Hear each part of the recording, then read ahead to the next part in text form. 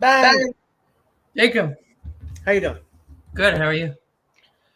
Baruch Hashem. Baruch Hashem. So we're gonna do this. Are we actually gonna talk about Tanya this time? We could if we want to. We could. I mean, we ended with Tanya last time. We can start with Tanya this time, and maybe end it with the Rambam Okay. or with somebody else. Who knows who it's gonna be? So, who's going first? Me or you? I think me. Okay. Let me do it. Just a second. I'm very sorry. I will never forgive you, ever. I just need to be nice to somebody. Okay. Cool. הנה. והנה מכאן תשובת המינים. From the foregoing, the answer to the heretics may be deduced from what we've read previously. Right, from foregoing, what we read. Right? Yeah, yes. Let me read this just so I can. It might be from what we're gonna be talking. אוקיי, וגילוי שורש טעותם, הכופרים בהשגחה פרטית ובאותות ומופתי התורה, שטועים בדמיונם הכוזב, and there is exposed the root of the error of those who are deemed heretics, not because they deny that God created the world, but because they deny individual divine providence and the signs and miracles recorded in the Torah. They err in their false analogy. שמדמין מעשה השם, עושה שמיים וארץ, למעשה אנוש ותחבולותיו. In comparing the work of God, the creator of heaven and earth, to the work of man and his schemes. Yeah, so he's talking about deism, right? Yeah, the idea that God created the world, but he doesn't actually interfere. Right. He placed it, and then he went off. Yeah. To Hawaii. כי כאשר יצא לצורף כלי, שוב הן הכלי צריך לידי הצורף. When a silversmith has completed a vessel, that vessel is no longer dependent upon the hands of the smith. כי אף שידיו מסולקות,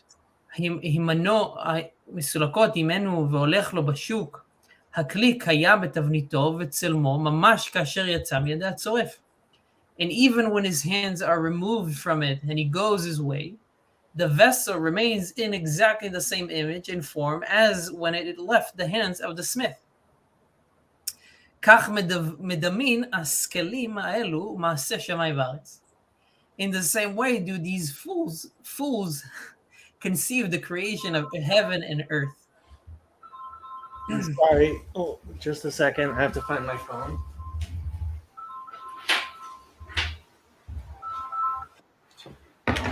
Sorry about that. Go ahead. It sounds like a classic, like a landline. So every time I get an update, for some reason the phone ring changes, and I don't know why. I'll have to set it again. Yeah. Yeah. Okay, so this is what he said. This is how the fools, they think that God created the world in the same way that the silversmith creates a vessel. They think that the world can continue to run after creation, even if God is not continually maintaining its creation. Right. Yeah. Ach, tach marot enem. Tach. What's tach? What's that mean? Tach, I think means tiwach.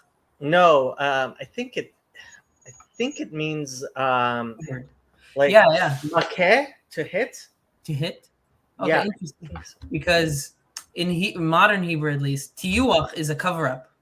And I can see that they said their eyes are covered. So yeah, that sounds right. letayach, and letayach, I think, is also to.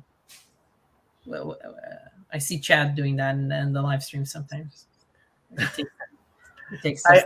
I think this is a verse from it's from Isaiah 44:18. Did they?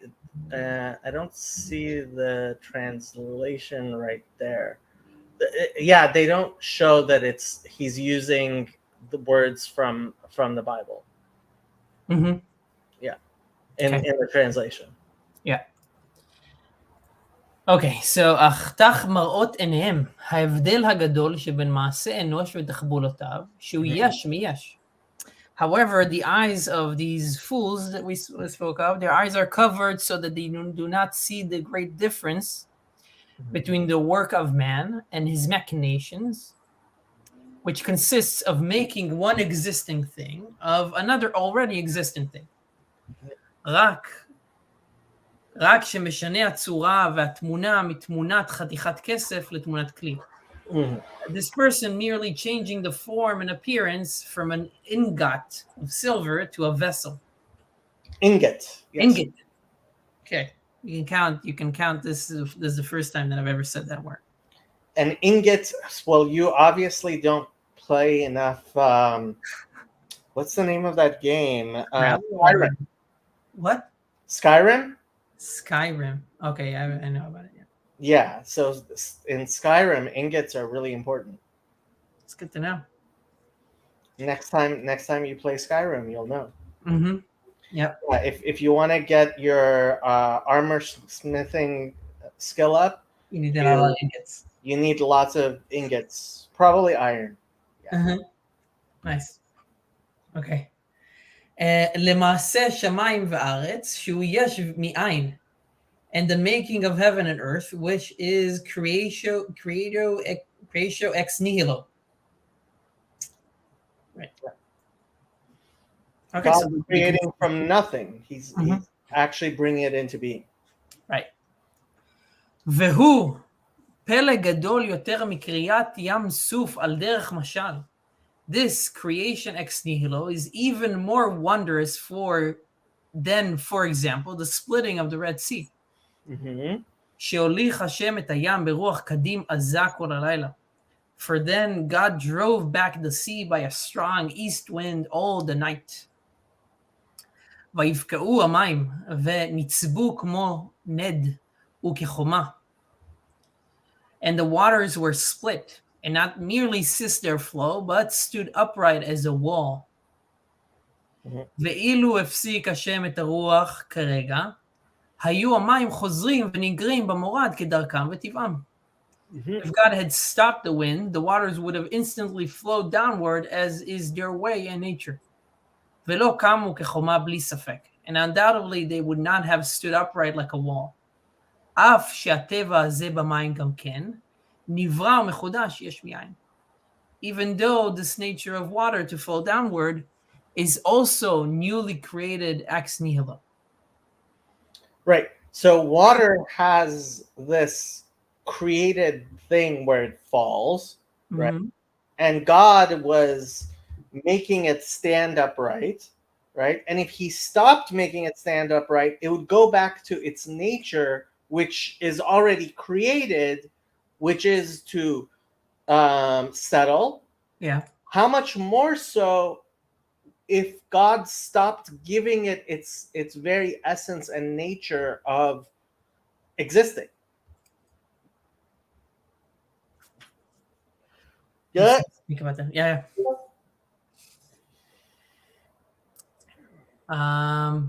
Cool. Do you want to read this note, and you want to go down? It's up to you. I think we can go down.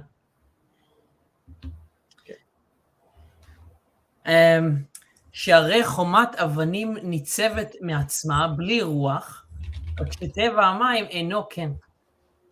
For a stone wall stands erect by itself without the assistance of the wind, but the nature of water is not so. Right, so I mean, it's just reflecting on how the miraculous event or the wonders.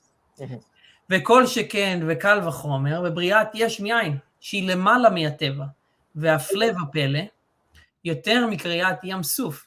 How much more so is it in the creation of something out of nothing, which transcends nature and is far more miraculous than the splitting of the Red Sea. על אחת כמה וכמה שבהסתלקות כוח הבורא מן הנברא חס ושלום, ישוב הנברא לעין ואפס ממש. Did surely with the withdrawal of the power of the creator from the thing created, God forbid, the created being would revert to naught and utter non-existence. אלא צריך להיות כוח הפועל בנפעל תמיד להחיותו ולקיימו. Rather, the activating force of the creator must continuously be present in the thing created to give it life and ongoing existence. ואין הן בחינות אותיות הדיבור מעשרה מאמרות שבהם נבראו. These activating forces, just as the above, are the self-same letters of speech that constitute the 10 utterances by which all beings were created. Let me read this note here. This is why the above quoted verse states, "Forever, O God, your word stands in the heavens." God's speech, which is the force that brings a created being into existence, must be present there forever as to give it a life and existence. ועל זה נאמר, ואתה מחיה את כולם. אל תקרא מחיה, אלא מהווה, דיינו יש מאין. Concerning this, scripture says, and you give life to them all. But read this, not give life, but bring into being, i.e. ex nihilo. Right. It's a little pun, but yes. Mm-hmm. Yeah. ואתה, אין בחינת האותיות מאלף עד תף. The word אתה, you, indicates all the letters from Aleph, the first letter of the Hebrew alphabet, to Taf, the final letter of the alphabet. וההי, היא ה' מוצאות הפה, מקור האותיות, and the letter ה' of the same... what? Motzaot, not motzaot. Motzaot, and he ate motzaot. That's what comes out, the expressions, they translate it as organs of verbal articulation. Mm-hmm. Like those which bring out. Oh, there's 5. Motze, yeah. There's 5. Those which bring out. It's just the letter hey of the same word alludes to the 5 organs or verbal articulation, which are the source of the letters. Interesting. ואף שאין לו דמות הגוף, and although God has no bodily likeness, הרי מקרא מלא דבר הכתוב, מלא דיבר הכתוב, וידבר השם ויאמר השם. Scripture itself explicitly applies to him in anthropomorphic terms, such as God spoke or God said, thereby ascribing him letters and speech. והיא בחינת התגלות הכף בית אותיות עליונות לנביאים. And this, the meaning of God spoke or God said, is the revelation of the 22 supernal letters to the prophets. I don't think I ever heard about that. Supernal letters to the prophets. I mean, so what he's saying is that the 22 letters of the Hebrew alphabet are there's a spiritual reality. Like, so he's saying va'ata mechaye et kulam, right? He's saying he's being medayek on ata, right? And he's saying ata is aleph to taf, the 22 letters of the Hebrew alphabet, right? Plus hey, which he's going to be talking about, and later he's going to say behibaram, right?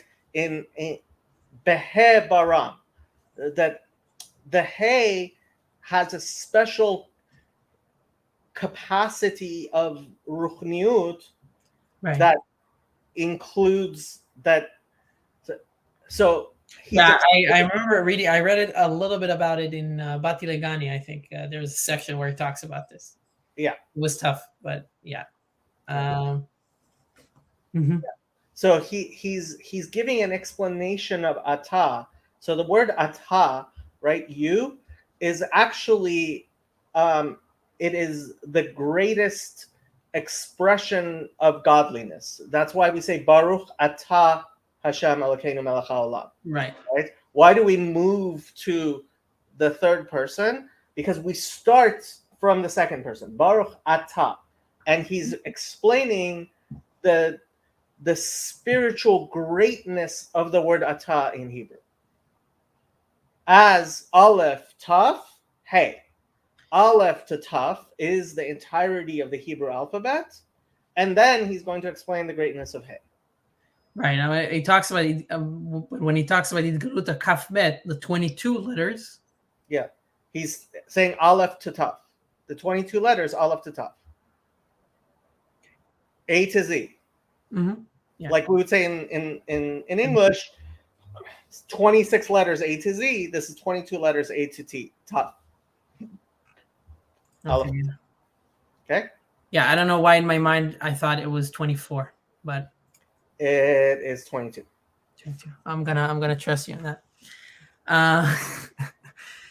So, ומתלבשות בשכלם והשגתם במראה הנבואה. These supernal letters are enclosed in the intellect and comprehension, which is to be found in their prophetic vision. וגם במחשבתם ודיבורם, כמו שכתוב, רוח השם דיבר בי ומילתו על לשוני.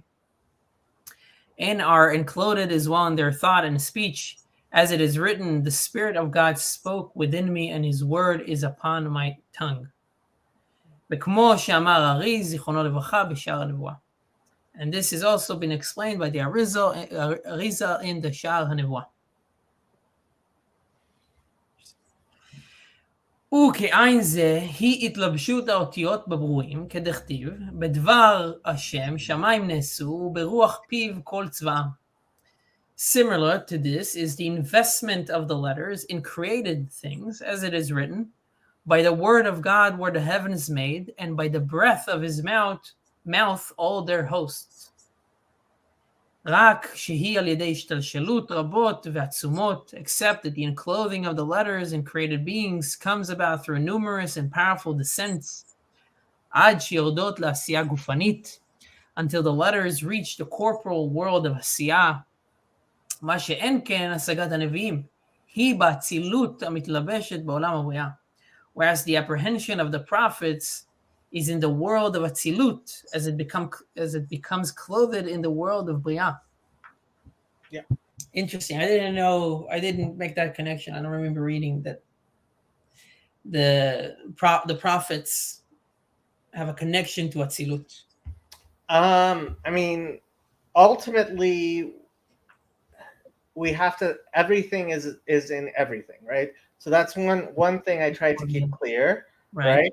So when we are, for example, obviously we in a sense exist in Olam Ha'asiyah, right? But when we are actually in accord with godliness, right? Depending on what we are doing, while there may be a particularly bright revelation, especially in Asiyah, right? So you put on tefillin, right? You are doing an actual action, and you are in a very real sense. It's in the world of Asiyah. So if you ever look in a Sephardic Siddur with Kavanot, you'll see that it'll mention from here to here in the prayers where in Atzilut or Bria or whatever it is, right? And that's why we stand or we sit or we whatever, right? So Sephardim, you put on your tefillin shel yad sitting down, and then you stand up to put on the tefillin shel rosh, right? Because they're in different worlds. I don't recall which is which, right? Um, but so everything. I mean, it's not that Olam Ha'atzilut is some other place, Right, right? right. Yeah, it's. It's I mean, it's they maybe like there's like like they carve at the fill. Like, where are you mainly, or like how strong is your connection to it at that moment? how strong is your connection to it, right? Okay. And what How open is happens the channel? Yeah. what happens when you sin is, in fact, that you become less connected to the more spiritual worlds, right? Mm-hmm. And so, I mean, I didn't know particularly that the understanding of Nevi'im was Atzilut as it is Melubash, Mitlabeshet in Bria, Mm-hmm. although I guess it makes sense to some extent. Um, but yeah, so Atzilut is actual revelation of godliness, Right. and Bria is into creation. So in order for true godliness to manifest in creation, it has to go from Atzilut into Bria. Mm-hmm. And that's I guess because it is more spiritual, is this understanding of prophets. Yeah, and I'm sure that's different with Ruach Kodesh, right? Because that's a lower level of revelation, of interaction. I don't know enough to say yes or no, but it Yeah. sounds right to me. So yeah, so it's just interesting to, yeah. Lefi anyut da'ati, you sound like you're saying something right, but who am I to know if what you're saying is right? We should ask the resident Mekubal on our server, Yosef. Mm-hmm. Okay. Well, Um, okay, chapter 3. that's good. והנה, אחרי הדברים והאמת האלה, after understanding all these things, כל משכיל על דבר יבין לאשורו, איך שכל נברא ויש, הוא באמת נחשב לעין ואפס ממש. So once you understand that everything exists because God brings it into being at every minute, then you can understand how it is all considered as if it does not actually exist at all. Like Interesting. a big what? Interesting. No, I mean, it just reminds me of like maybe our feeling about like a hologram or Right? something, where it's part of something real, but it's projected from it, Right. and you know that by itself it cannot live. So Mhm. that's why you say it's really nothing, but we Right. yeah. So it has it Hevel Havalim, right? And that's why he goes on to say Legabe koach hapoel v'ruach piv shabanifa, right? In relation to that power, right, of the breath of his mouth, which is within it. המהווה אותו תמיד ומציא מאין ממש ליש, right? So in relationship to, so there is God who is the makomo shel olam, right? He is the location in which all things have their existence, right? And then there is this idea of the word of God, right? Which brings into being material reality. And then there is the reality which exists because of it. And each compared to that which allows it to exist is as if it is nothing, right? Right. Okay. Yeah, reminds me of so I'm taking it to a derogatory Mhm. way, but like when you say like he's a crony, I think that would be like, right, like, or he's like a puppet. You mean this person has no, like, he's controlled by something else. So maybe it's derogatory because you're not supposed to do that except for being you know, being the puppet of the highest thing, right? But when you're a puppet of something physical in this world, it's obviously a derogatory. But so that's why I think a crony is also kind of a term for that. No, Kind of, although not really. yeah, but like a puppet, yeah, like Puppet is much more, yeah. A crony would be somebody who's involved in, yeah. Okay, doesn't matter. Okay. Uma shekol nivra v'nif'al nira lanu l'yeshu mamashut. Right? We think that this world actually exists. Zehu machmat she'ein anu masigin v'ro'im be'einei basar et koach Hashem v'ruach piv shebanivra. It's because we cannot see the spiritual essence of the reality. Aval ilu nitna reshut la'ayin lirot ולהשיג את החיות והרוחניות שבכל נברא. If we had our fleshly eyes were able to see the spiritual reality, השופע בו ממוצא פי השם ורוח פיו, right? That which comes from whatever that means, God's mouth, right? God's breath. לא היה גשמיות הנברא וחומרו וממשו נראה כלל לעינינו. Then we would not actually see the physicality of it. כי הוא בטל במציאות ממש לגבי החיות והרוחניות שבו.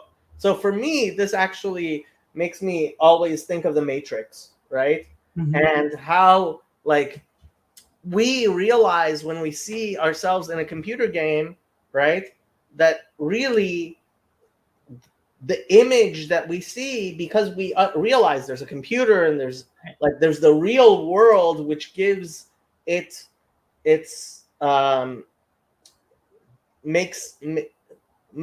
that image possible for us, right? And that's why I think the Matrix is actually such a powerful allegory to us these days, right? How do you connect it again to, like, how specifically you connect it to the Matrix?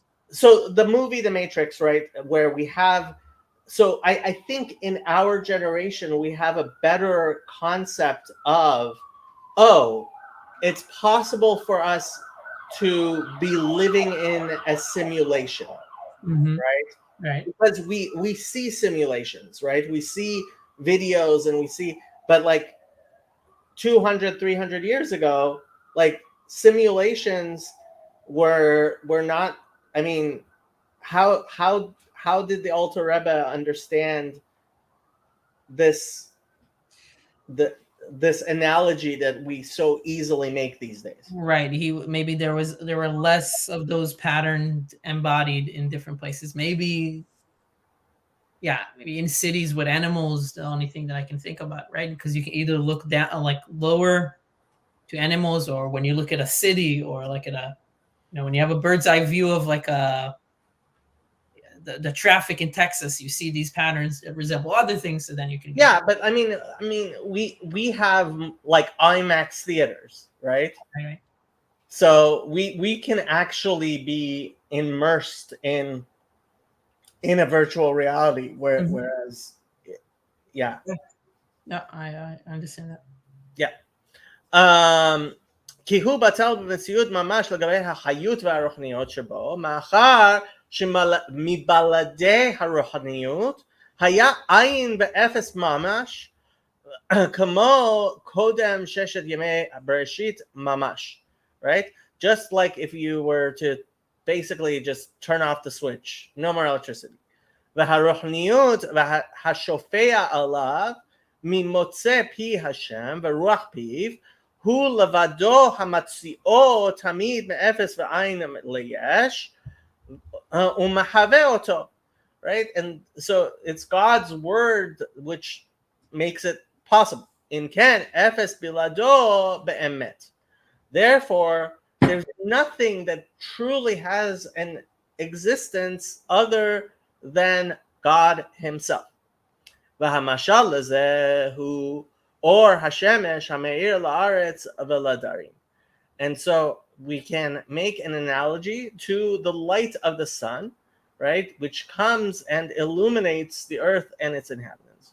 Shehu ziv or hamit pashet miguf hashemesh, right? Because light comes from the sun itself. Venir el ein kol, and we can all see this light me'ir al haaretz u'b'halal ha'olam, right? So we can tell that there's a sun above us, even though we are not looking at the sun directly. V'hine ze pashut she'or v'ziv hazeh yeshno gam ken beguf v'chomer kadur hashemesh atzmo shebashamayim, right? So light exists in the sun itself. She'im mitpashet u'me'ir l'merachok kol kach kol sheken sheyuchal laha'ir b'mekomo mamash, right? Then it would have a capacity to make light, right, in the sun itself. Rak shesham b'mekomo mamash nechshav haziv hazeh la'ayin ba'efes mamash, right? In the sun itself, you wouldn't think of the light of the sun as being an integral or important part of the sun's own material existence. Right. Rak shesham ein mamash ki batel mamash b'metziyut legabe guf hakadur hashemesh shehu mekor ha'or v'haziv hazeh, because it is where all of that comes from. It's absorbed in it. Yeah. And it, I mean, it's like if you were to say, what's the sun made out of? The sun is made out of photons. It's like, no, the sun's made out of helium and hydrogen, right? And that is a byproduct. The photons are a byproduct of the interaction of those things, right? But isn't there a lot of light in the sun? And isn't it what here we think is the most important part of the sun? Yeah, but that's because we are focusing on that which, like the helium and the hydrogen aren't here, right? Shehaziv ha'or hazeh eino rak ha'ara me'ira miguf be'etzem kadur hashemesh, right? The light is simply something that emanates from it. Rak b'chalal ha'olam tachat kol hashamayim v'al ha'aretz she'ein kan guf kadur hashemesh v'metziyut, right? There's only the light that comes from the sun. The sun itself is not physically here. Near kan ha'or v'aziv hazeh liyesh mamesh le'ein kol, right? Therefore, we all pay attention to the light. V'nofel alav kan shem yesh be'emet. Therefore, we think of it as existing, as something real. And I have to say, don't take the analogy too far. It's not. It isn't an analogy. Ma she'ein ken keshehu b'mekoro b'guf hashemesh ein nofel alav shem yesh klal rak shem ayin ve'efes. There, it's something that's basically non-existent and unimportant. Ki be'emet hu sham la'ayin ve'efes mamash. She'ein me'ir sham rak mekoro levado. Shehu guf hashemesh hame'ir ve'efes bilado. Because in the sun itself, there is the actual, ultimately the sun is a huge nuclear reactor, right? Mm-hmm. V'chadavarim ha'ele mamash, and similarly, b'demutan b'tzalman, is the relationship between all created things and the divine flow. Hem kol habrim legabe shefa haloki meruach piv hashofea alehem umahave otam v'hu bekoram.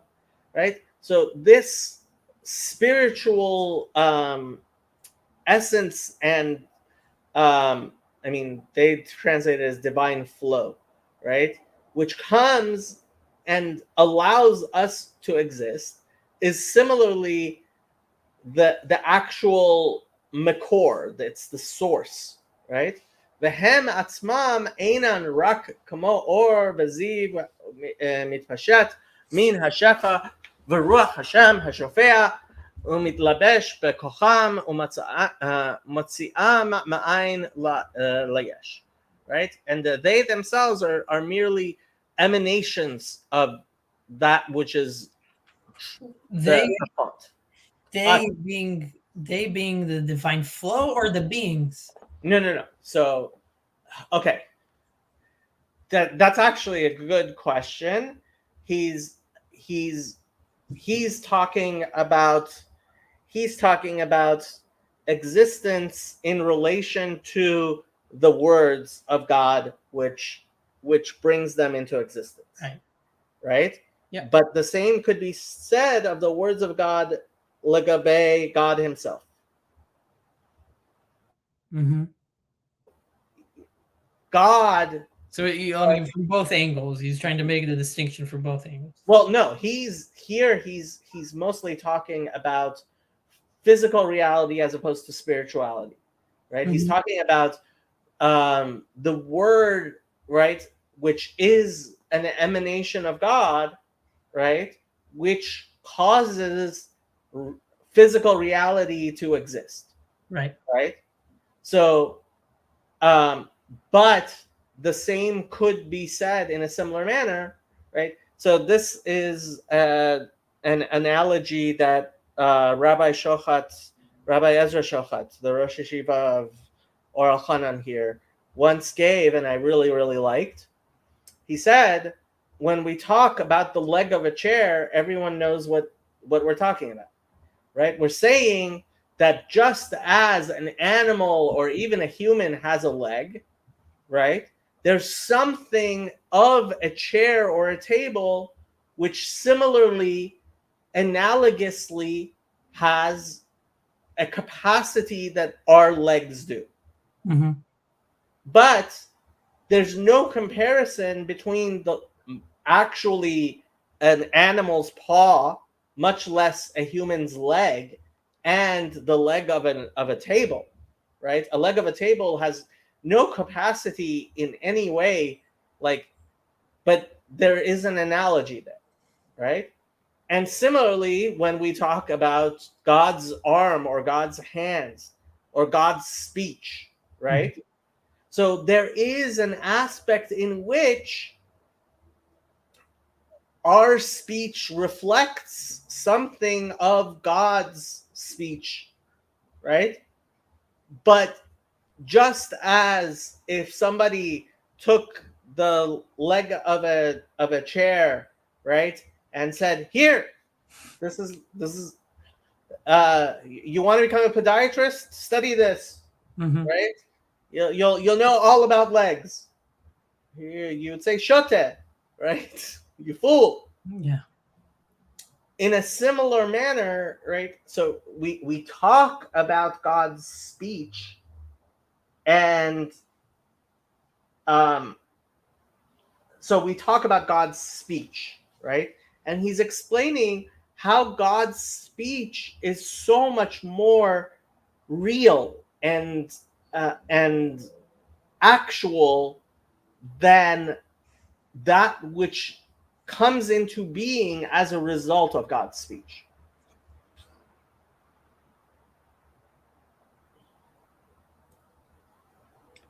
Right. Okay, and that's the analogy of the rays and the sun itself. Yeah. So so I mean, God and God's speech, or the sun and the sun's rays, right? Mm-hmm. Yep. Yeah. Yeah. Okay. ולכן הם בטלים במצוות לגבי המקורן, right, we said that. ואינו נקרא בשם יש כלל כשהוא במקורו, רק תחת השמיים שאין שם מקורו, right? So just as the light is, so instead of talking about a sun and light, let's talk about a torch and light, right? Mm-hmm. You have a bonfire and you have light, right? So you don't talk about the fire. You talk about the fire itself when the fire is there, but you talk about light as it comes from the fire, right? So the light emanating from the fire is so much more existent than the fire itself to us. Like we say, I mean, the fire itself, if the fire was there, you wouldn't talk about the light of the fire. If the fire is there, you wouldn't talk about the light of the fire? If your hand is in the fire, you don't talk about the light of the fire while your hand's in the fire. Right.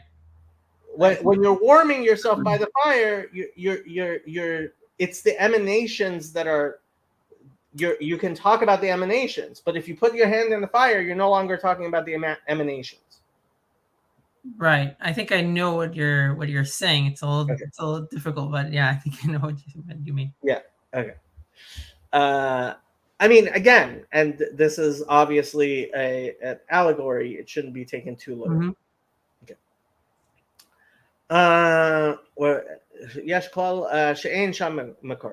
כך כל הברואים, similarly, anything that is in existence, אין נופל עליהם שם יש כלל, אלא לעיני בשר שלנו. Right? Therefore, we think of the material existence as being real when it's not. שאין אנו רואים ומשיגים כלל את המקור. שהוא ruach Hashem hamahave otam. For we do not see nor at all comprehend the source, which is the Spirit of God that brings them into existence. Because we don't see, because we don't see that the fire is actually really here. Right? The fire is in essence in hiding. We focus on the light that we do see. ולכן נראה לעינינו הגשמיות הנבראים בחומרם וממשם שהם יש גמור. We think that this is really something that is from itself, right? That is it has a reality to it. כמו שנראה אור השמש יש גמור כשאינו במקורו. Similarly, as light outside of the sun. רק שבזה אין המשל דומה לנמשל לגמרי לכאורה. Right? But this is where the analogy fails. שבמשל אין המקור במציאות כלל בחלל העולם ועל הארץ שנראה שם אורו ליש גמור. Right? So actually, we're not in the middle of the sun, right? But that's not what's going on here. Masha ein ken kol habruim hem b'makoram tamid. Right? God is here just as much as, right? Melo kol haaretz kevodo. God is everywhere. Rak she'ein hamakor nir'eh le'einei basar. We don't have a capacity to perceive the godliness.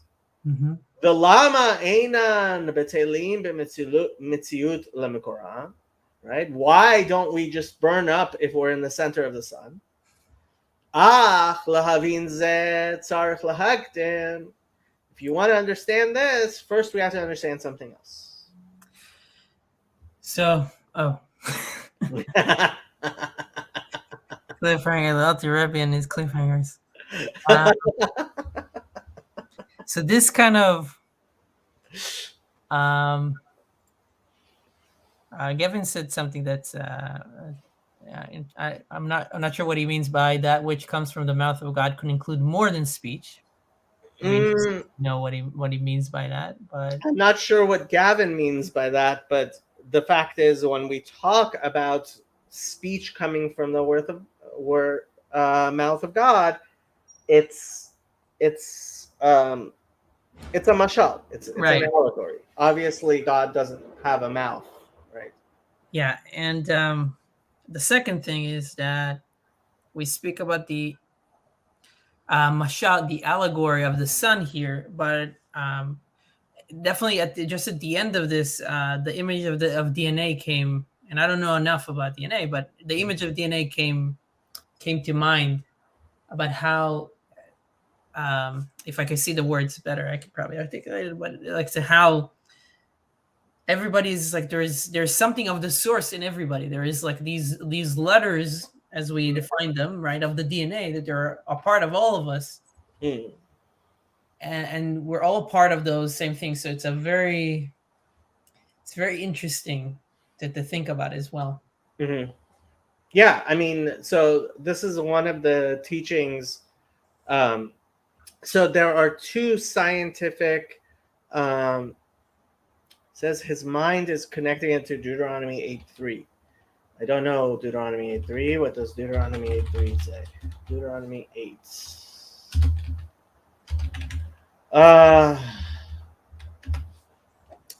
Deuteronomy 8:3 says, "V'yancha v'yerivcha v'yachilcha et Haman." He's thinking of not by bread alone, but by all that comes from the mouth of God. Yes, spirituality. Yes, you're absolutely right. That is definitely what we're talking about. Good job. Um, What were you saying before that? what I was saying before that was, there are two scientific, things that have become good allegories over the past couple of, probably I would say 50 years or so, that have been used a lot. Mm-hmm. One is, so when we talk about Or Sovev and Or Makif, right? I mean Or Sovev and Or Mamale. Sorry. When we talk about there being the transcendent light as opposed to the imminent light, right? We talk about visible light versus background radiation, right? So understanding the difference between visible light and radiation and background radiation is a good way of understanding the difference between Or Makif and Or Mamale. And the other one is when we talk about the essence of your spirituality being equally in all parts of your body, despite the fact that different parts of your body have different capacities. Now that we understand DNA, that's much easier to understand that there's a pattern which is included in even the skin of your fingers, right?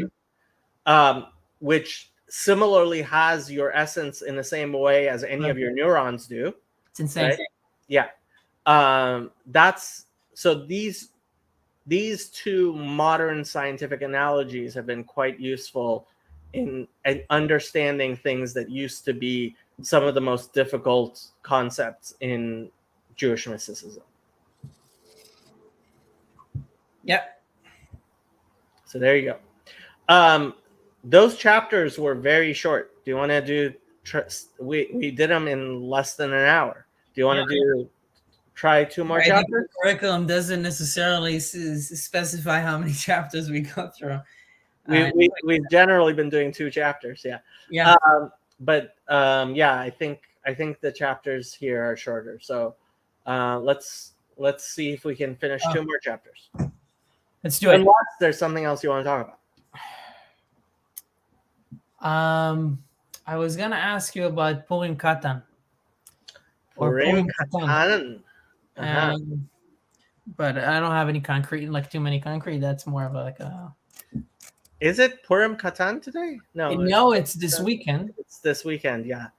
But, so, to explain to people what Purim Katan is, the Jewish calendar is a lunar solar calendar. What does that mean?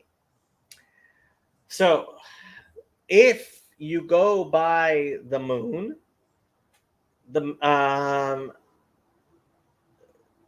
you end up with 29 days a month, about, right? And so the Muslim calendar, for example, is purely lunar. That's why you can't actually line up the years of the Muslim years, right? Which are called Hijra years, right? So what year is it today according to? Yeah, you lag 11 days each year. So the what Muslim year is it? So it's currently 1445 of the Hijra, but each Muslim year is 11 days shorter than a solar year, right? So that's why this year, for example, Ramadan is going to fall in March with Adar Sheni, and in other years it'll each year every time there's a Hebrew leap year, it switches a month in the Hebrew year, and it continually moves around the solar, the Christian Gregorian year, right? Because the Gregorian year is an actual solar year, right? And that's why some months are 29 days, some are 30 days, and then you have February has 28 days, except the years that it has 29 days, right? Yeah. So the Jewish calendar is based on months, and we have 12 months a year, except 7 years every 19 years. We have a we have a leap month, intercalation of months, it's called. And actually, interesting enough, the Quran prohibits intercalation of months, like specifically. It's one of the things that the Quran says you're not allowed to do, right? And so the Jewish year is 12 months, except 7 times every 19 years, it's 13 months. Yeah. So what happens to that extra month? That extra month gets added as a second Adar. So when is Jewish New Year? Rosh Hashanah. What does the Torah say about Rosh Hashanah? It says... What does it say? It says, Barosh Chodesh Hashvi'i, on the 7th month, right? So the Jewish New Year is the first of the 7th month. So what's the first month? HaChodesh Hazeh Yeh Lachem Rosh Chodeshim. It's Nisan. Nisan, right? That's the 7th month. No, Nisan is the first month. Tishrei is the 7th month. Okay. Okay? Yeah. So Elul always sounded to me like it's Elul. Is Elul also one of the... Elul is the Elul is the 6th month. 6th month, okay. Yeah. So Nisan is the 1st month, and Adar is the 12th month, and Rosh Hashanah, New Year, is at the beginning of the 7th month. Okay? Right. Okay. So we add an extra month to the end of the year, which is Adar, and we have an Adar Sheni. So when there are 2 Adars, right? Very nice, Dan. Yes. Arba Rosh Hashanim Hem. There are 4 Jewish New Years, although there are more. But there are 4 Jewish New Years. That's a Mishnah. So yeah, and that's why I'm only slightly confused. Well, the funny thing is, I always thought it was really weird. So the first Rashi in the Torah says the Torah should have begun with HaChodesh Hazeh Yeh Lachem Rosh Chodashim. Yeah. Should have started with um, with the commandments of uh, the calendar.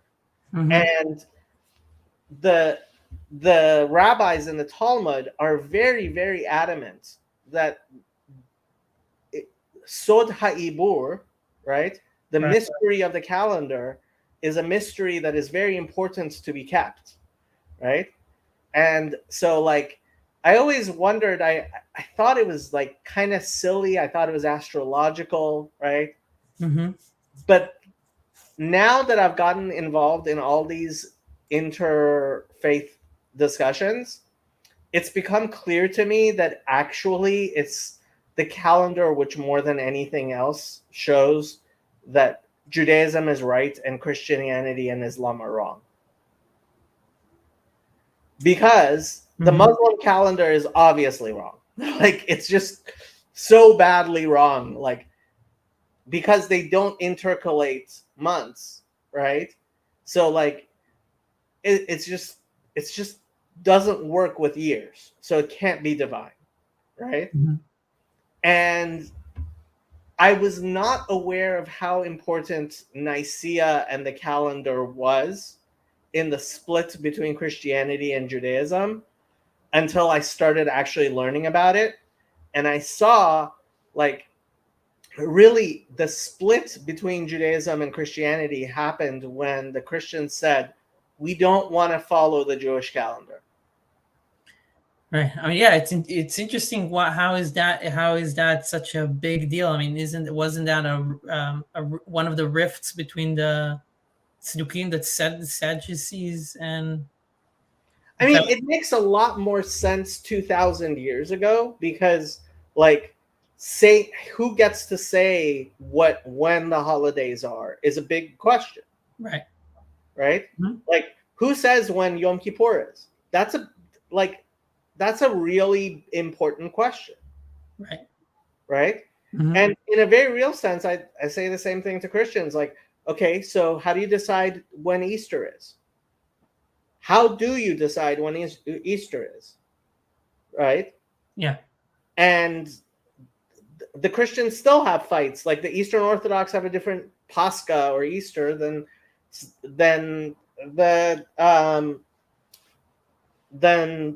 the Catholics and the Protestants do. And the fact is, among the Eastern Orthodox, there's also the old calendarists, which are also split off. Because it's a real question. Like, okay, who decides? And how do you decide? And we got into all of this because I was just explaining, like, the Hebrew calendar as it is set, it is we have a tradition of how it has been set for thousands of years, and that's what keeps our Jewish community together. Is we celebrate Yom Kippur on the same day, right?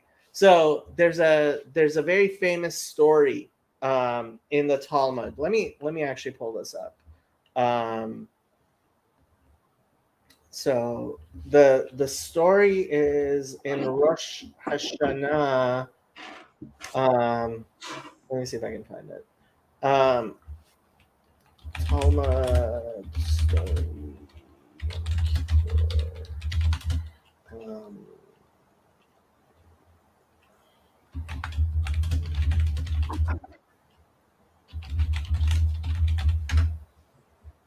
uh,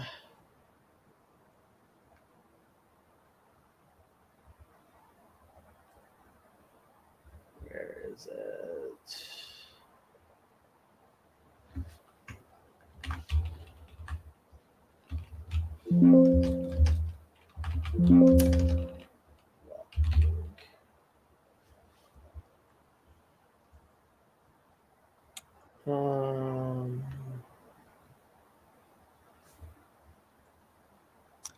You look at a story about Yom Kippur. I can also try to. Yeah, there's a story about Rabban Gamliel and a walking stick. Um, Malia loves his walking stick. it's in Rosh Hashanah. I just forget. Um, I just forget what page. Um, Rosh Hashanah 2. no, it can't be two. It's further down.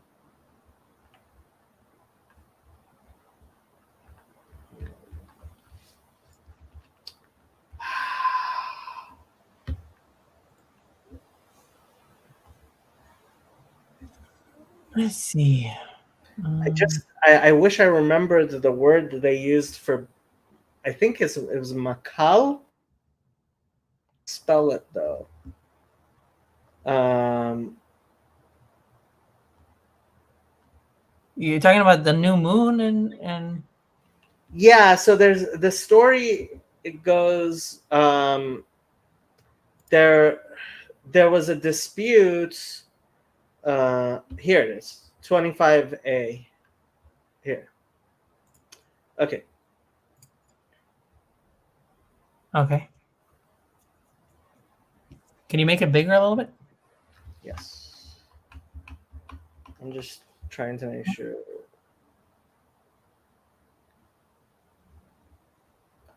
Okay.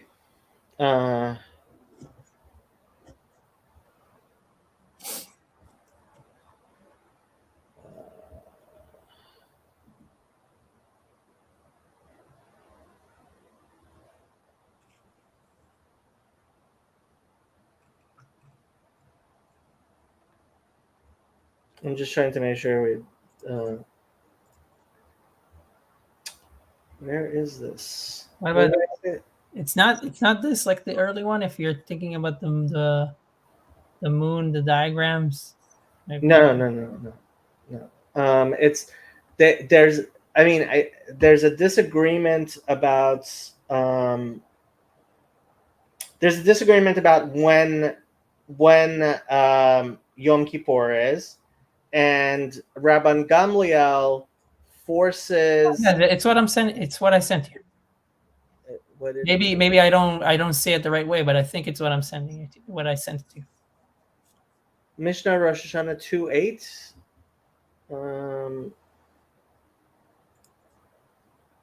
Rabban Gabriel sent, I order you to appear before me with your staff and your money on the day which, according to you, count should be Yom Kippur. Yes. Okay. So yeah, it is in the Mishnah here. Okay. Have faith. Okay. Have faith. Rabban Gamliel had diagrams of the moon on a tablet hung on the wall of his upper chamber, and he used to show them to the unlearned and say, did it look like this or this? It happened that two witnesses came and said, we saw it in the morning in the east and in the evening in the west. Rabbi Yochanan ben Nuri said, they are lying witnesses. When they came to Yavne, Rabban Gamliel accepted their witness. On another occasion, two witnesses came and said, we saw it at its proper time, but on the night which should have been the new moon, it was not seen. And Rabban Gamliel accepted their evidence. Hold on, where was... Yeah. Rabbi Dosa ben Harkinis said they are lying witnesses. How can they testify that a woman has given birth? And Rabbi Yehoshua agreed with it. I see your argument. Okay, so Rabban Gamliel sent to him, I order you to appear before me with your staff and your money on the day which, according to your count, should be Yom HaKippurim, right? The highest holiday in thing. Rabbi Akiva went and found him in distress. He said to him, I can teach that whatever Rabban Gamliel has done is valid because it says, these are the appointed seasons of the Lord, holy convocations, which you shall proclaim at their appointed times. Asher tikra'u otam, right? B'moadam. Whether they are proclaimed at their proper time or not, at their proper time. I have no other appointed times since save these. He, Rabbi Yehoshua, then went to Rabbi Dosa ben Harkinas. He said to him, if we call in question the court of Rabban Gamliel, we must call in question the decisions of every court which has existed since the days of Moses until now. As it says, then Moses and Aaron, Nadav and Abihu, and the 70 elders, and 70 of the elders of Israel went up. Why were the names of the elders not mentioned? To teach that every group of 3 which has acted as a court over Israel, behold, it is like the court of Moses. He, Rabbi Joshua, took his staff and his money and went to Yavne to Rabban Gamliel on the day which, according to his count, should be Yom HaKippurim. Rabban Gamliel rose and kissed him on his head, and said to him, come in peace, my teacher and my student, my teacher in wisdom and my student, because you have accepted my decision. Right? Okay. It's like it's a very important fundamental in accepting leadership in our community, right? To say Rosh Hashanah is when the rabbis say Rosh Hashanah is. Yom Kippur is when the rabbis say when Yom Kippur is, right? And that's actually why at Nicaea the Christians specifically decided to change the date of Easter, because they didn't want to do according to what the rabbis were saying. Mm-hmm. They specifically turned their back on the rabbis. And that's why I say at Nicaea, Christians turned their back on God, on Israel, and on Jesus. Interesting. So, yes, the calendar is actually very important. Mm-hmm. Now, back to what we were talking about. So there's an additional Adar is added at the end of the year. And the question becomes, okay, so since Purim is on the 14th of Adar, I think so. Mm-hmm. Well, it also depends whether you're in a walled city or not. But beside that point, in Jerusalem or in Tel Aviv, right? Yeah, there's Shushan Purim. Yeah. So, the question becomes: do you celebrate it in the first Adar or in the second Adar, or both? Right? And the answer is we actually celebrate it in the second Adar, but during the first Adar, we don't say Tachanun on Yom on Purim Chatan. Right. So kind of as a memory, this is also a day like that. Even though we actually only celebrate Purim itself on the second Adar. So that's Purim Chatan. Mm-hmm. Cool, yeah. I was wondering. I was seeing that. I was wondering about it. Also, I'm going to have a dinner, like with friends that are going to come over. So I was curious if there's anything specific. I mean, halachically, the only thing that there is about it is we were actually planning on having the Jerusalem conference on Purim Chatan. Right. Yeah. Yeah. Halachically, the only difference on Purim Chatan is it's a day we don't say Tachanun. So the liturgies are a little bit different on days we don't say Tachanun. Mm-hmm. Yeah. But yeah. Other than that, also it's nice. I mean, there are people who specifically also do like a sort of Seuda or something on Purim Chatan. Yeah. Any excuse for a party, as we say in Chabad.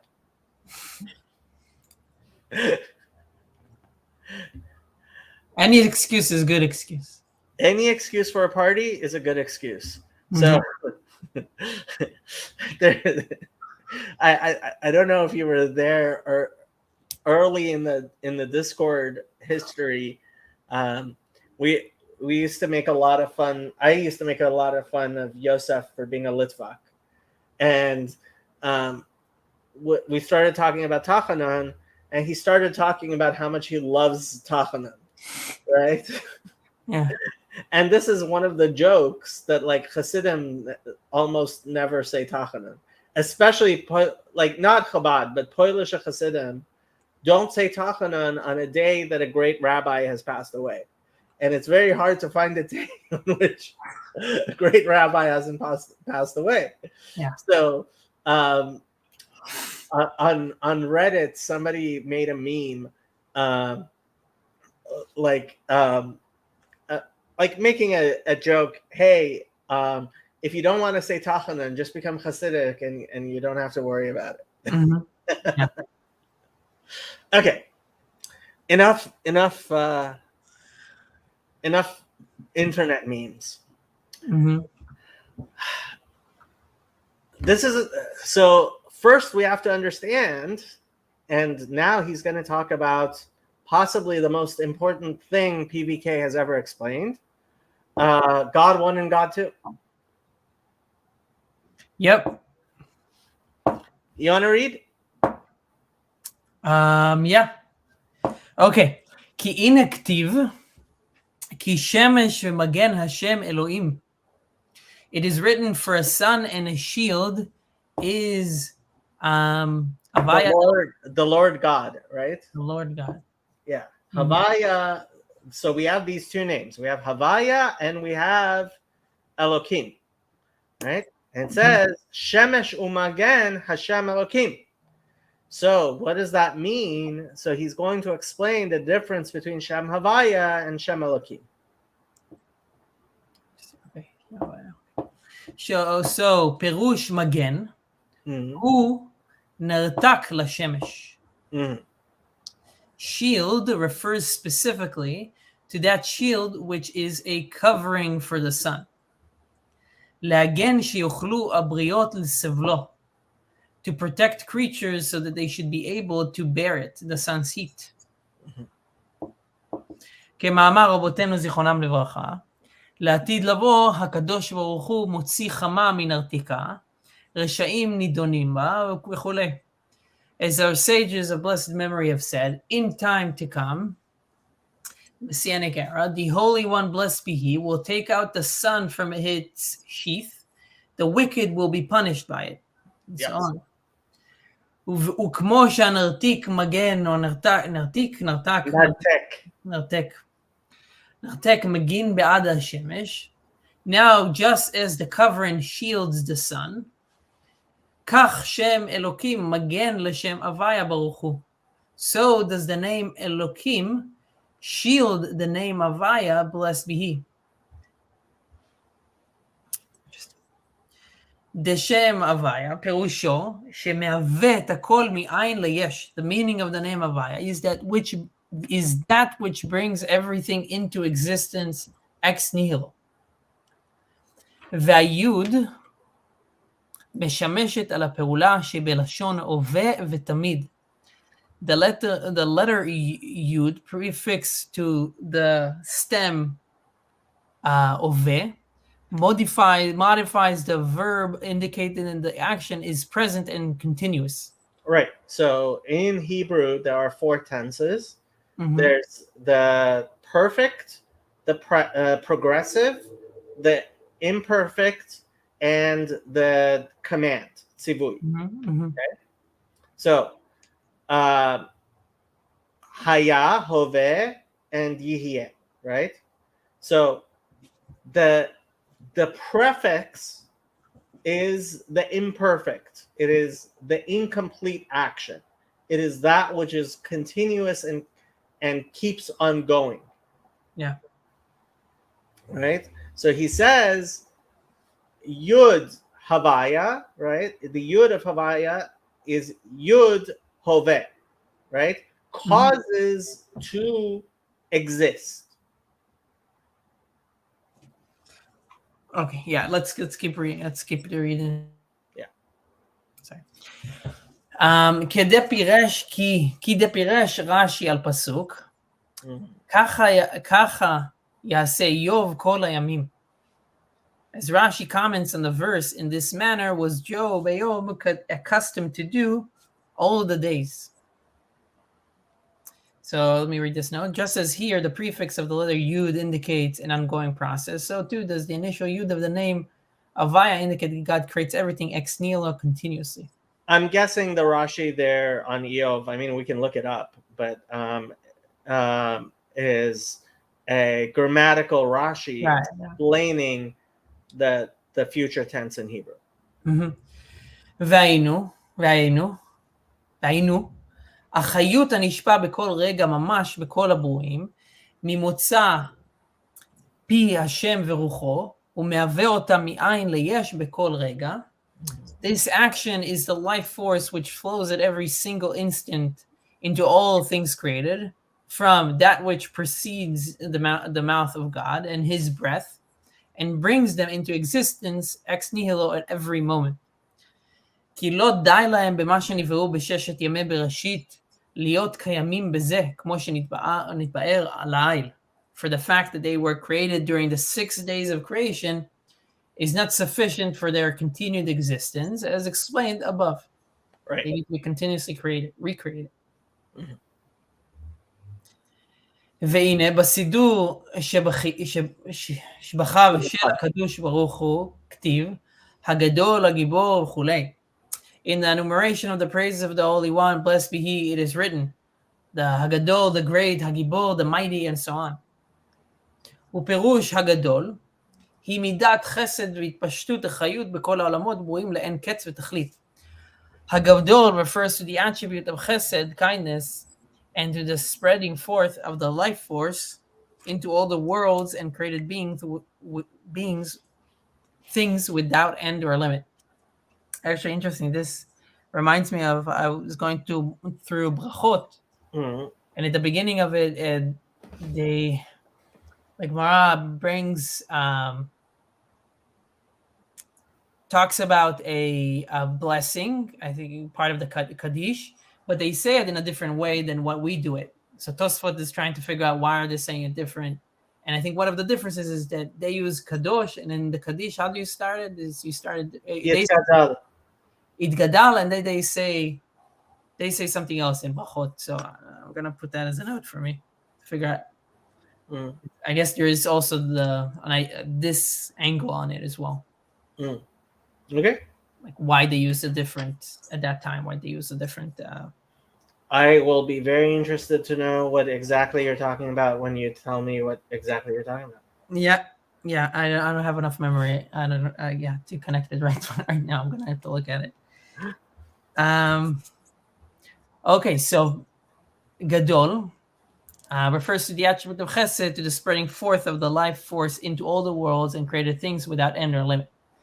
להיות ברואים מאין ליש וקיימים בחסד חינם, so that they shall be created ex nihilo and exist through gratuitous kindness. Yeah. ונקראת גדולה, כי באה מגדולתו של הקדוש ברוך הוא בכבודו ובעצמו.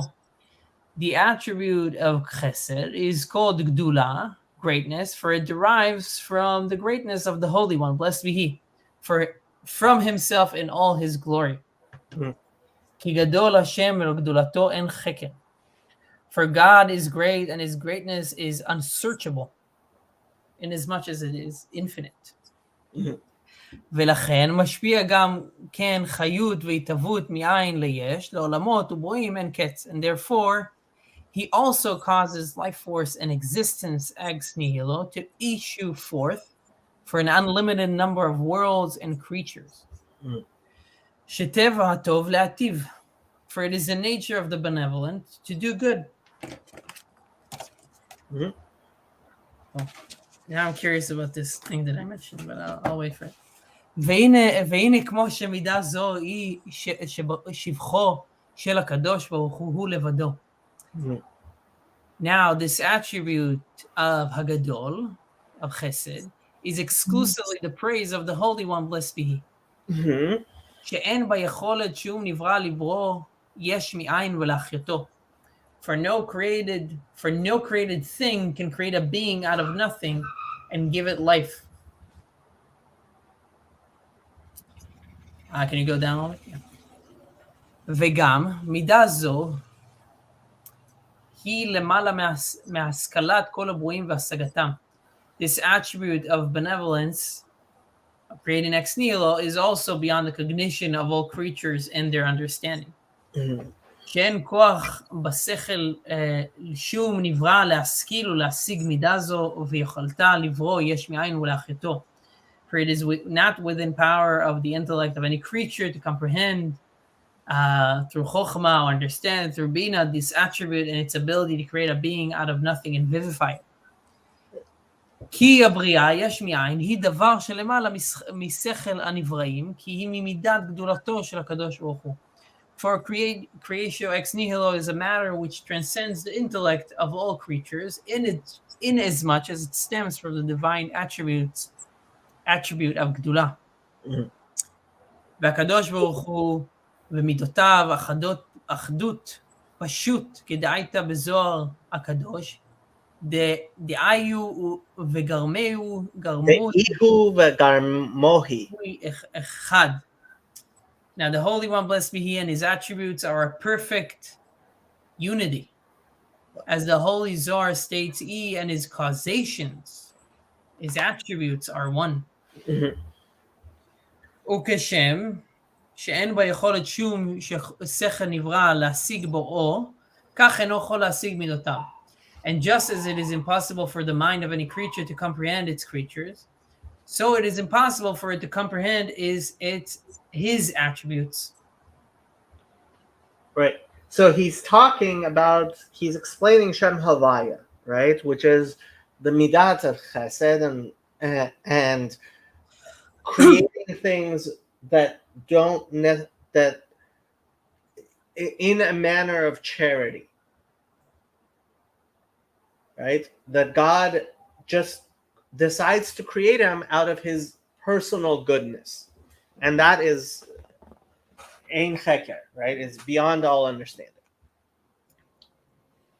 Is it that he's doing that as personal, from his personal, I guess that's why you call it benevolence. Yeah. Chesed. Okay, yeah, interesting.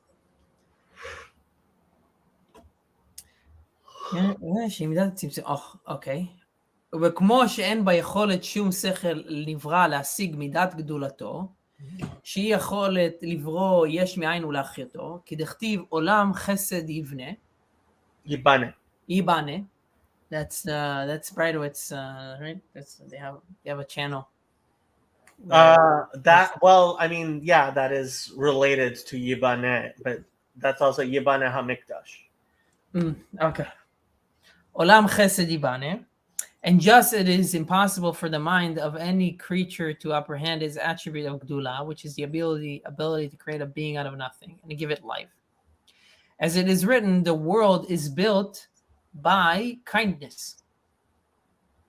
כך ממש אין ביכולתו להשיג מידת גבורתו של הקדוש ברוך הוא, שהיא מידת הצמצום ומניעת התפשטות החיות מגדולתו. Exactly, so it is impossible for it to apprehend the divine attribute of gvura.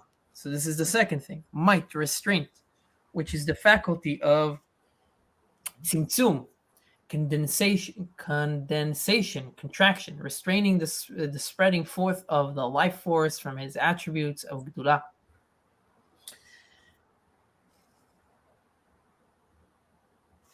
Interesting.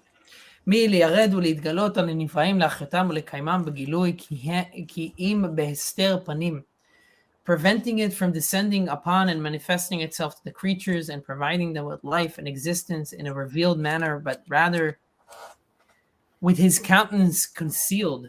Mm-hmm. So they work, and so the Gdula and Gvura work together.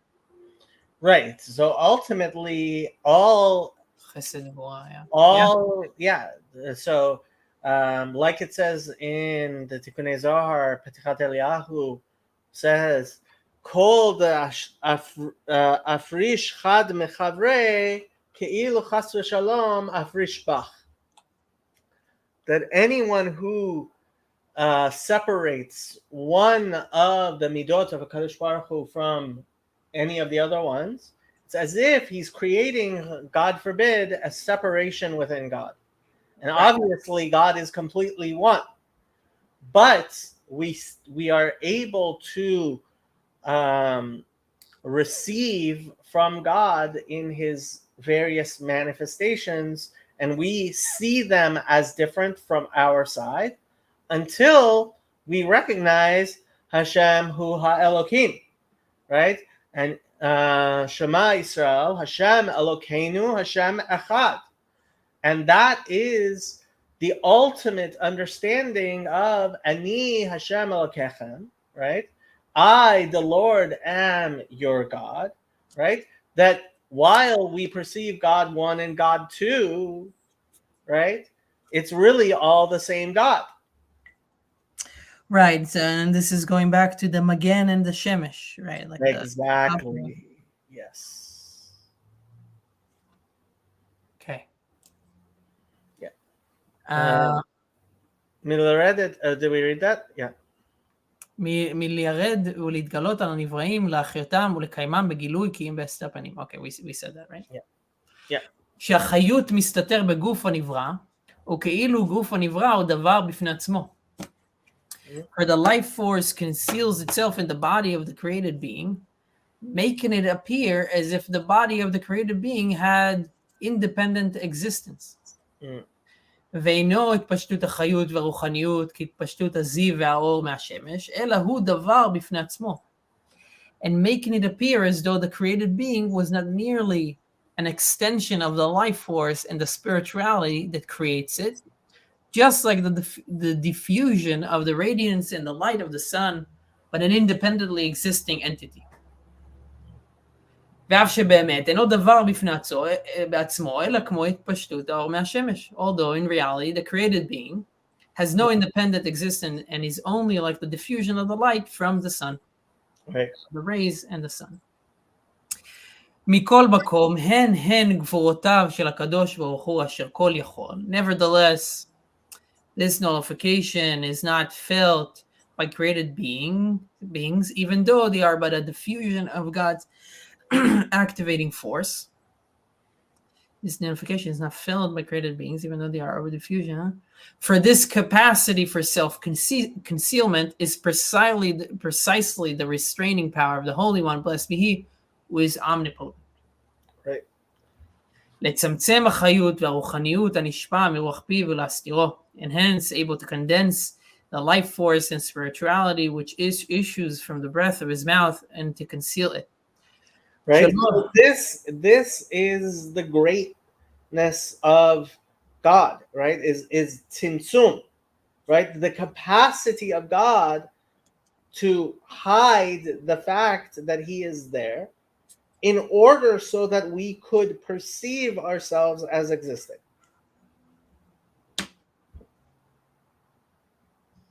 Right. Yeah, I'm just trying to think about all the other examples where that's, where we can see that in our own life, whether it's obviously like a parent and a child where you want him to be free, or I'm even thinking about like from a business perspective, you're successful when your business is just making money without you. Yeah. So yeah. שלא ייבטל. שלא ייבטל גוף הנברא במציאות, so that the body of the created being shall not become nullified out of existence. So this is why there was a condensation. וזה, אין בשכל שום נברא להבין מהות הצמצום וההסתר. It is beyond the scope of the mind of any creature to comprehend the essential nature of the tzimtzum and concealment. ושיהיה אף על פי כן, גוף הנברא נברא מאין ליש. And to comprehend that nonetheless, the creature itself be created ex nihilo. כמו שאין יכולת בשכל, שום נברא, בשכל שום נברא, להשיג מהות הבריאה מאין ליש. Just as it also not within the capacity of any mind of a creature to comprehend the essential nature of the creation of being out of nothing.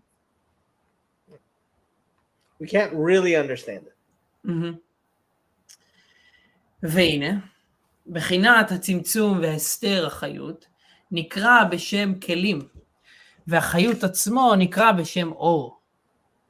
The tzimtzum and concealing of the life force is called, in Kabbalistic terminology, vessels, kelim, and the life force is called light, or.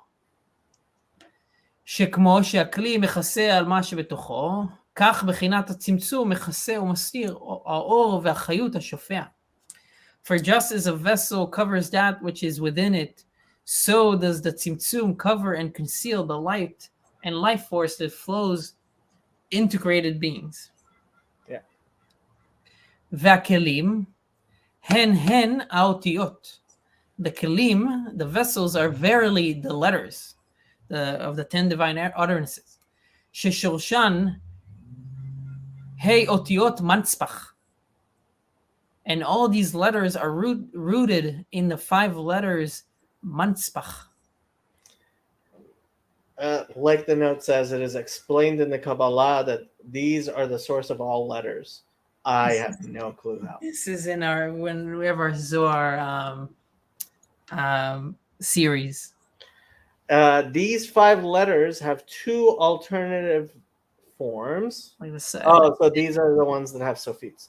One of which is used instead, so chaf sophit instead of chaf, when it terminates a word. Since their use in this way restricts the appearance of any other further letters, it is an act of limitation and hence an expression of the attribute of Gevurah. Interesting. Okay, interesting, yeah. At least at that level, it makes sense. I can understand it. Yeah, okay. שהן גבורות המחלקות ומפרידות ההבל והכל בהשם מוצאות הפה להתהוות כף בית אותיות. Since they represents 5 degrees of gvura, restraining powers, that divide and separate the breath and voice in the 5 organs of speech, thus enabling the 22 letters to be formed. ושורש גבורות הוא בוצינה דקרדוניטה.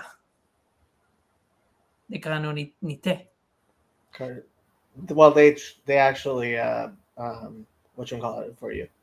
They transliterated it for you. The source of the 5 levels of Gvora is termed in Kabbalah as Botzina Dekradunita, which is Aramaic for light from darkness. The darkness being a level of concealment that transcends light. Shehi Gvura Ila'a de Atik Yomin. This is the supernal Gvura of Atik Yomin, the spiritual level of Keter that transcends all worlds, including Atzilut. The supernal Gvura, this is supernal Gvura of Atik Yomin. These are a lot of concepts that I'm not too sure about. Atik Yomin is like something old. Literally, Atik Yomin means ancient of days. Mm-hmm. And it is beyond the Sfirot. It is beyond Seder Hishtalshalut. Right. Okay. ושורש החסדים הוא גם כן חסד דעתיק יומין. And correspondingly, the source of the various levels of divine kindness is chesed of Atik Yomin. Kayadua le'yodechem, as is known to the students of the Kabbalah. So not us. Not us. Yeah.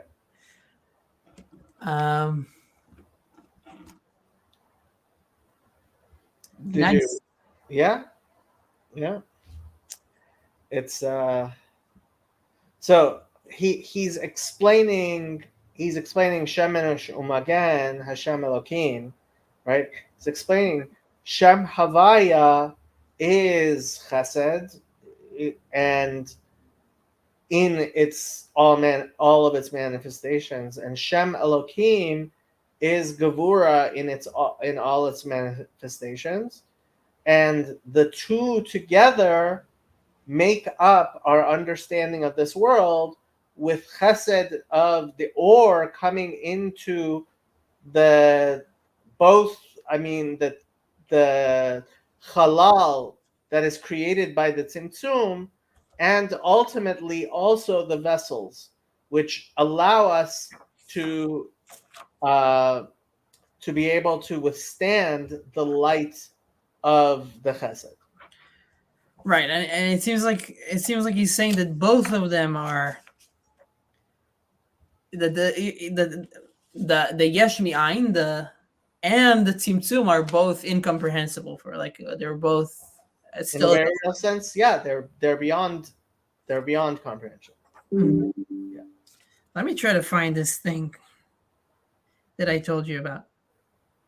Gvura and Gdula.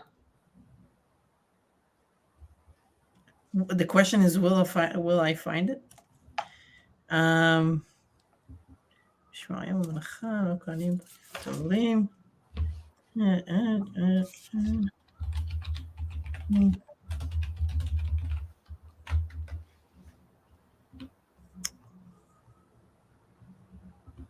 don't. It might be in the Tosfot, and that will be difficult for me to find.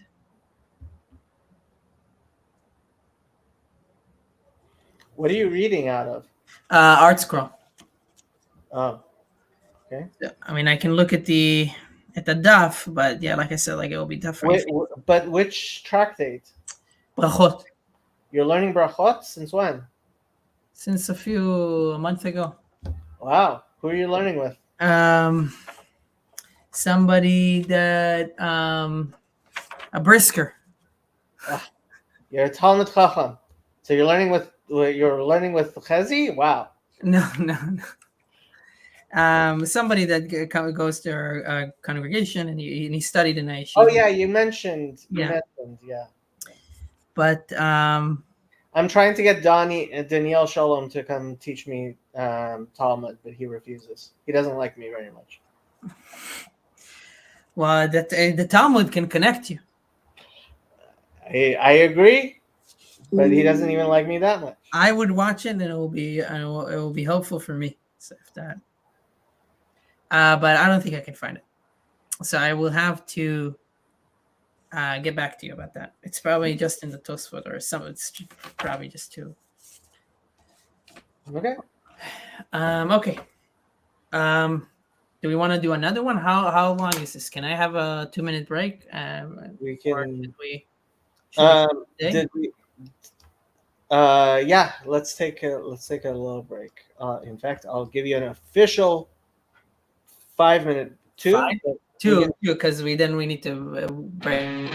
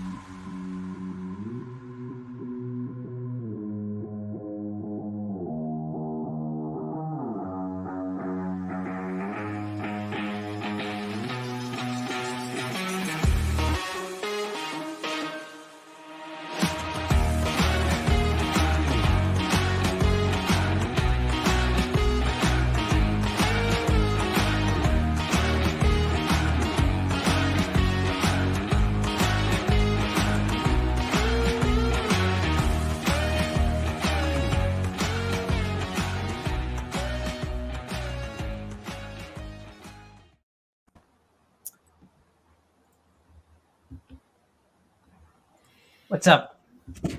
We're still here. We're still here. Tell them that we're not we're not done. Dan, what made you think we were done? Okay. So we have 20 minutes to do a whole chapter. Vehine. Al zeh amru rabbeinu zechana merabacha. So this is what the rabbis taught. Bitchila Allah b'machshava livro et ha'olam b'midat hadin ra'a she'ein ha'olam mitkayem shitaf bo midat rachamim. Right? So since you see that it says Bereshit bara Elokim et hashamayim v'et haaretz, right? And Shem Havaya does not show up in the first creation story, as some people might refer to it, right? So, as our rabbis taught in Bereshit Rabbah, right? First, God wanted to create the world b'midat hadin, with Shem Elokim. He saw that the world could not withstand it, so he included Midat Rachamim, and that's why you have the second creation story with Shem Havaya in it. Right. Right? And, something interesting, since we mentioned the Matrix, or so just like from a culture reference, that one of the things that they say there, the agent says, is that the first version of the Matrix was created where everybody was happy, like completely, there was no problem at all. So it's interesting to think about the different, like, that's actually the opposite. Yeah, that's in a way it's opposite, right? Yeah, because I mean, Dean means like measure for measure in that sense, right here. Yeah, but yeah, so it's interesting that that's how they conceptualize the beginning. Well, I mean, they're Gnostics. So they see it opposite to how we see it. Yeah. But how? Okay, so I mean, is it useful for us to continue this? So the question is. I mean, it is. Okay, so here's my question. So wait. Let me ask this before. Look, if they're seeing it different, what exactly is the difference? Meaning, like, why is it? For them, everybody being happy is a symbolic of like some ideal of like freedom, and for us, how is for us, if we think of a Deen as measure for measure, how is that the opposite of freedom? So okay, so you have to understand Gnosticism is the opposite of what the Kabbalah teaches. So what is Gnosticism? It teaches that this world sucks, that there's a perfect world, and we have to escape from this world into that world of perfection. What does the Kabbalah teach? The Kabbalah teaches that this world is an opportunity, right? It's Yerida Tzorech Aliyah.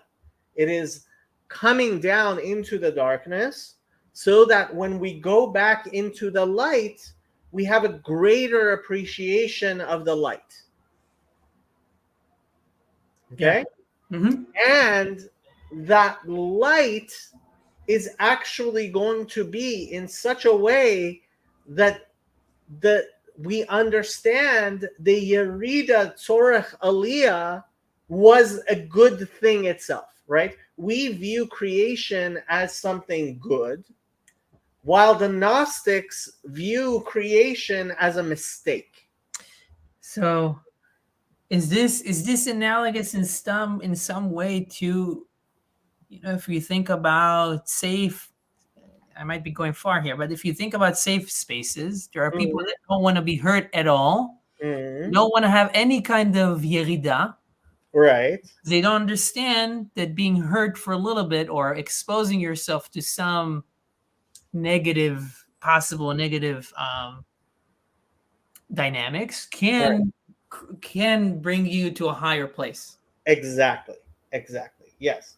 And so that is the difference from, so we see if with Gevurah, then it would have been too difficult, right? Because what if, let's say the world was created with Gevurah. So what would have happened when Cain wanted to kill his brother Abel, right? Mm-hmm. First of all, he wouldn't have been able, because why should the wicked be capable of harming the good? Mm-hmm. Second, let's say that he was capable of it.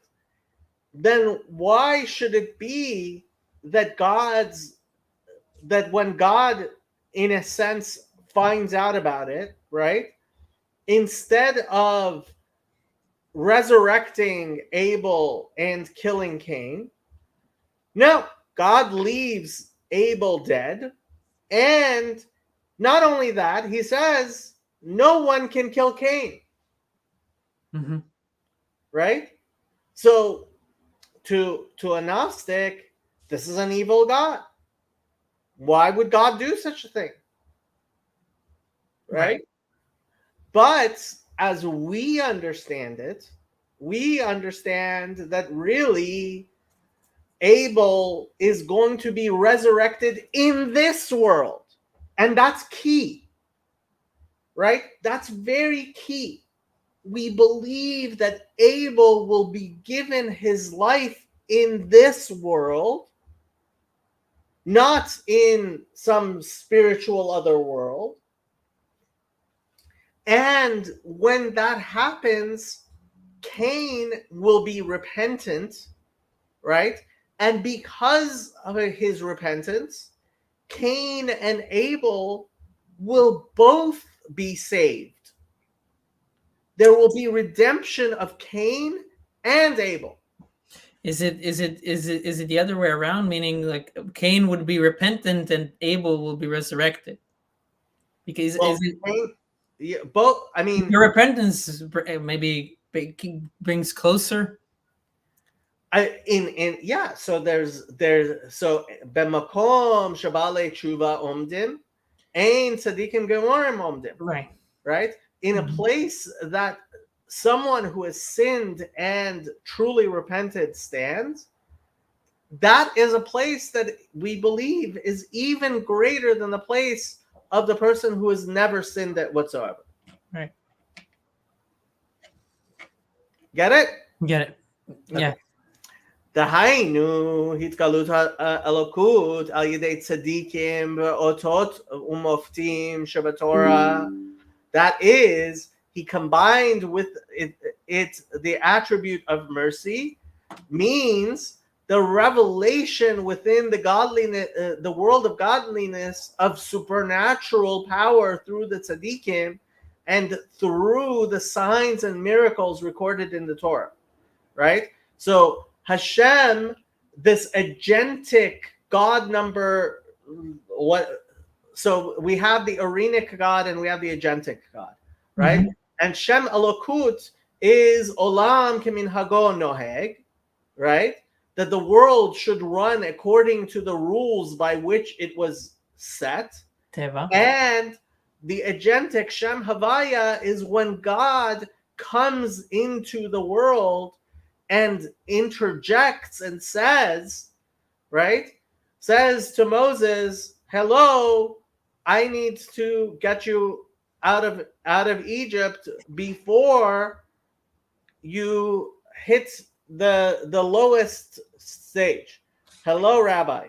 You made God sound like an old Yiddish, like hello.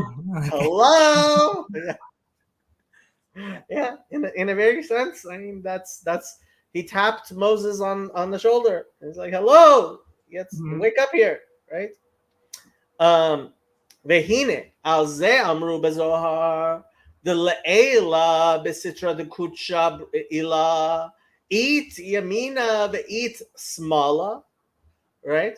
And that's what the Zohar says, that above, in the side of supernal holiness, there is right and left. Dahainu chesed ugevura, right?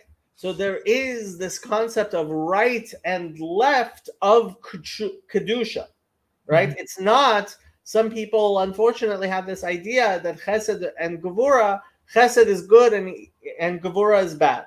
No, that's not true. Right? Perish. Dishteen hen midot elokut lamala misechel hanivrayim v'hasagata. Right? That both of them are things which are beyond our capacity to understand. De'ihu v'garmohi chad ba'olam da'atzilut. That God and his attributes are completely united in the worlds of emanation. Va'af hazagat Moshe Rabbeinu alav shalom b'nevuato lo hayta ba'olam hatzilut. And even Moses did not have a revelation all the way into Atzilut, into emanation. Ela al yedei hitlabshuto ba'olam habirya, right? It had to be manifested and enclosed in that which was created. Va'af gamzot, and even then, lo b'shtei midot elu chesed ugvura, right? He was, so like the Arizal apparently said, and he will explain, Moses, the understanding of Moses only got up to chesed, netzach, right? Not all the way to chesed and gvura. Ela al yedei hitlapshut b'midot shelamata mehem b'madrega shehem midot netzach hod yesod, right? But only insofar as they were previously clothed in attributes that are lower levels than themselves. That's netzach, hod, and yesod, right? Yeah. And don't ask me too many questions because I can't answer them. Kamosh katuv b'shar hanevua, like is explained in Shar Hanevua. Rak shematan scharan shel tzadikim began Eden hu hasagat hitpashtut hachayut va'or hanimshach mishtei midot elu chesed ugvura, right? But so what does it mean that there is Gan Eden, a world of delights, right? A garden of delights. That garden of delight is being able to see godliness at that level of chesed and gevura. V'hu mezon nishmot hatzadikim she'asku b'Torah lishma ba'olam hazeh. And that is the food, right? That the feast that the tzadikim who were involved in the Torah for its own sake receive in Gan Eden. Ki mehitpashtut shtei midot elu nimtach rakia al haneshamot shebagan Eden. For from the diffusion of these two attributes, a firmament is spread over the souls in Gan Eden. Okay? Don't ask me too many questions because I can't answer them. Yeah, a lot of things in Kabbalah, I think they were doodling the whole time when they were talking about these things. Because you gotta, I mean, like it's like so many visual concepts. Yeah.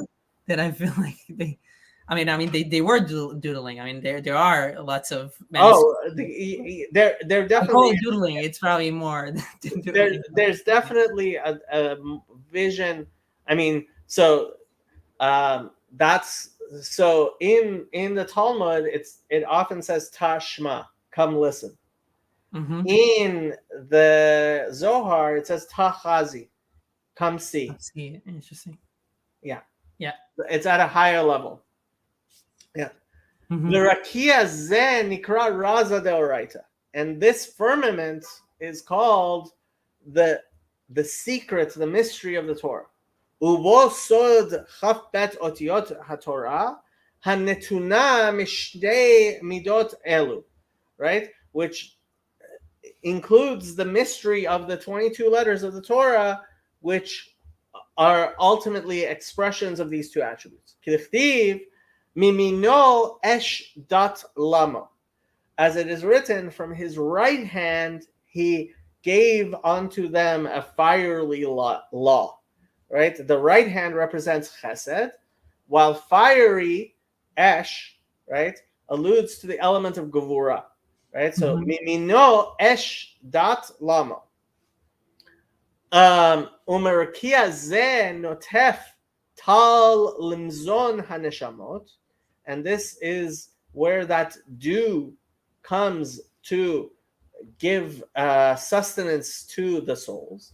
Dahainu yediat sod chafbet otiot haTorah, the knowledge of the secret of the 22 letters of the Torah. Ki harakia hazeh hu sod hadaat. So that's specific understanding, right, is a real knowledge which includes the sod, which includes the mysteries.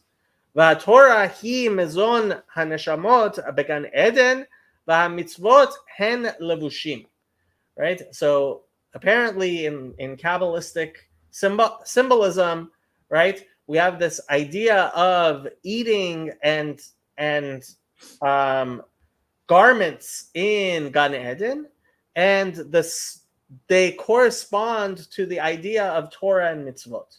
Kemavur kol zeh b'zohar vayakel daf resh tet veresh yud uve'etz chaim shar mem daled perek gimel. So in many Kabbalistic works, of which I am incompetent to actually look into. Long note for someone who is more Kabbalistic than we are. Very long note. Okay. So, actually, 2 minutes to spare. Yeah. This note is longer than the entire chapter. Yeah. Interesting. Yeah, I'd be curious. I would have to keep this in mind while we continue this, because it's like feels like he's opening up all of these concepts, and there's a reason why this is my favorite part of Tanya. I think it is Shar Yichud Ve'emuna, in a very real sense, describes that which is most essential in Judaism, which is what it means, Shema Yisrael Hashem Elokeinu Hashem Echad, and Baruch Shem Kavod Malchuto La'olam Va'ed, right? And why Ani Havaya Lokechem, right? This is actually, as I see it, fundamental to the very, I mean, it's fundamental. At the same time, it's also very obviously high level. But I think it points to that which is basic in a way that just blows my mind.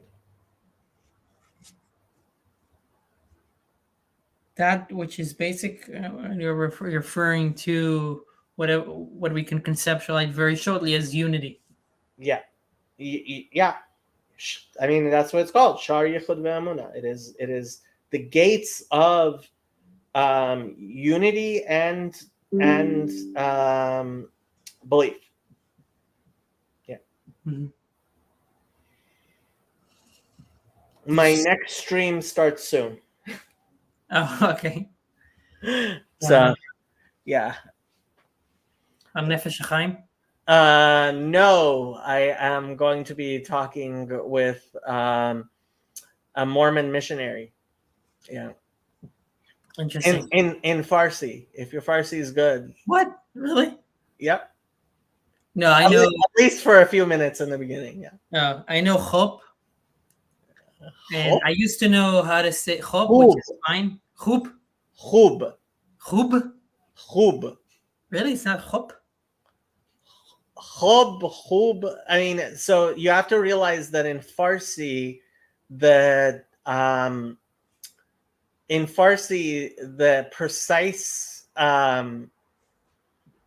precise vowels don't change the meaning of words very much.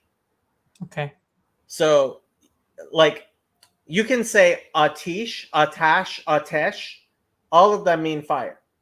It's the exact same word. Atish, atash, atesh, which drove my parents crazy when they came to the United States, and people like coach and couch are two different words. Yeah. Like, how does coach mean something different than couch? Yeah.